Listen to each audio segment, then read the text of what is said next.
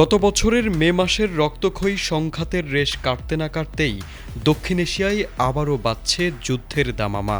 সীমান্তে ভারত পাকিস্তানের মধ্যে নতুন করে ছড়িয়ে পড়েছে তীব্র উত্তেজনা, যা দুই পরমাণু শক্তিধর দেশের সম্পর্ককে আবারও ঠেলে দিচ্ছে অজানা সংঘাতের দিকে। কূটনৈতিক নীরবতার আড়ালে যখন উত্তাপ বাড়ছে, ঠিক তখনই ইসলামাবাদ থেকে এলো ভয়াবহ এক খবর।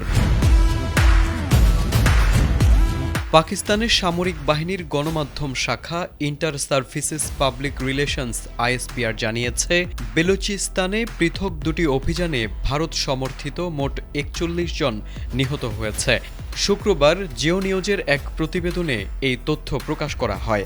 আইএসপিআরের দাবি, নিহতরা ভারতীয় প্রক্সি সংগঠনের সঙ্গে যুক্ত ছিল।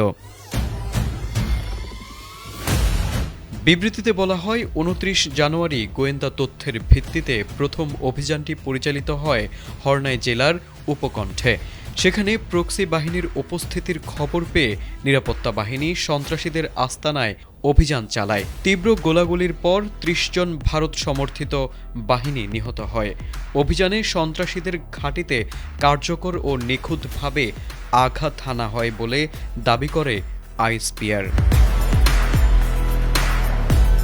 নিরাপত্তা বাহিনী জানায়, নিহতদের কাছ থেকে বিপুল পরিমাণ অস্ত্র, গোলাবারুদ ও বিস্ফোরক উদ্ধার করা হয়েছে, যা ঘটনাস্থলেই ধ্বংস করা হয়।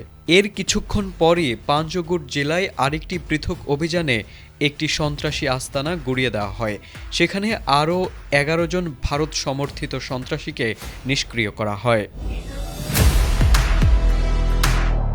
আইএসপিআরের বিবৃতিতে আরও জানানো হয়, নিহত সন্ত্রাসীদের কাছ থেকে ২০২৫ সালের ১৫ ডিসেম্বর পাঞ্জগুরে সংঘটিত ব্যাংক ডাকাতির লুট করা অর্থ উদ্ধার করা হয়েছে।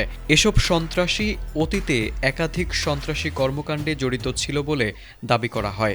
বর্তমানে সংশ্লিষ্ট এলাকায় তল্লাশি অভিযান চলমান রয়েছে এবং বিদেশি মদতপুষ্ট সন্ত্রাস বিরোধী অভিযান পূর্ণ গতিতে অব্যাহত থাকবে বলে জানিয়েছে পাকিস্তানের আইএসপিআর। তারেক আজিজ, এটিএন বাংলা।